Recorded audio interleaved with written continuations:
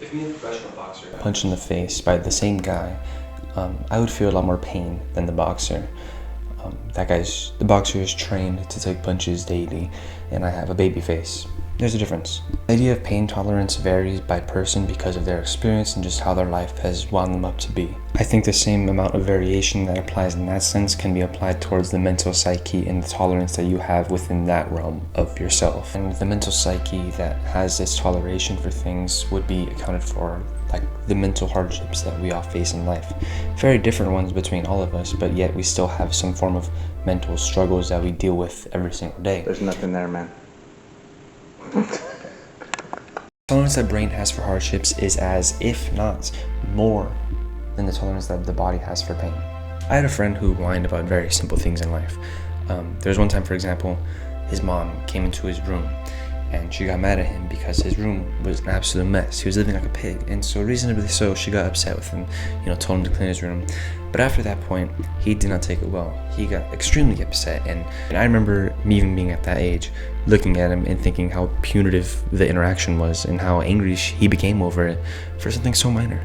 I personally think that on the level that I was raised, I had more responsibility, so that the level of stress that came with your mommy yelling at you, it didn't really register the same way it registered for him. On the same note, when I do feel the feelings that he had in that moment, in whatever situation it may be, so the times that I get anxious, upset, angry, all these things, there's still people who exist that have harder day-to-day than I do. So it feels hard for me to feel validated. It's just how it is. And you're probably sitting there thinking, what in the donkey dick am I talking about, right? I'm gonna get there, okay?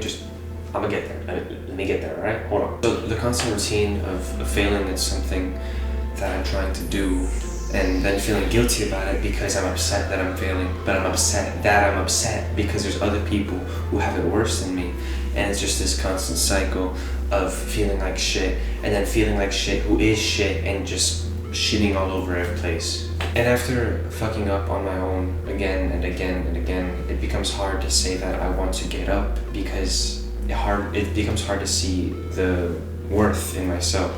The understanding that if I'm even able to do the things that I want to do, if I'm able to achieve the achievements that I aspire to do, because in my brain I have such an easy life and I'm not even able to achieve such things, and it becomes hard to think, why am I even trying this? I mean, I'm not even enjoying the ride to there. I'm not even happy on the way there, and I can't even seem to see if I'm going to get there.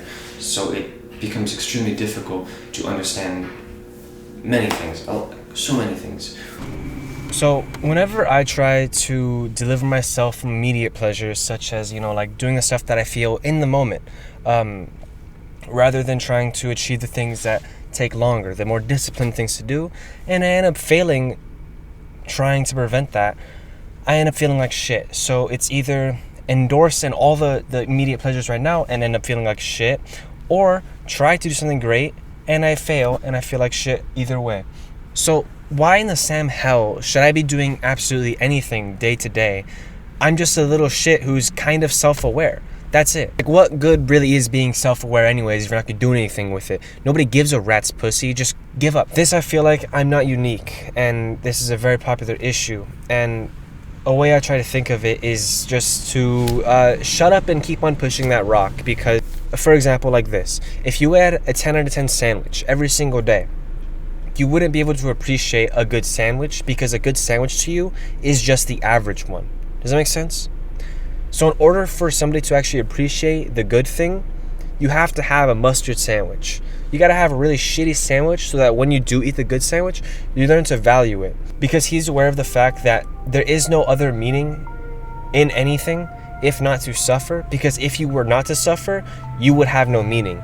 It's really fucked up trade-off that I'm sure none of us really agreed to, but yet we're all still here. So as difficult as it is to look around and appreciate things, there is beauty in living. That sounds so corny, but there is beauty in a lot of aspects of it, of the aspects of birth and love and care, and these things still exist no matter what circumstance.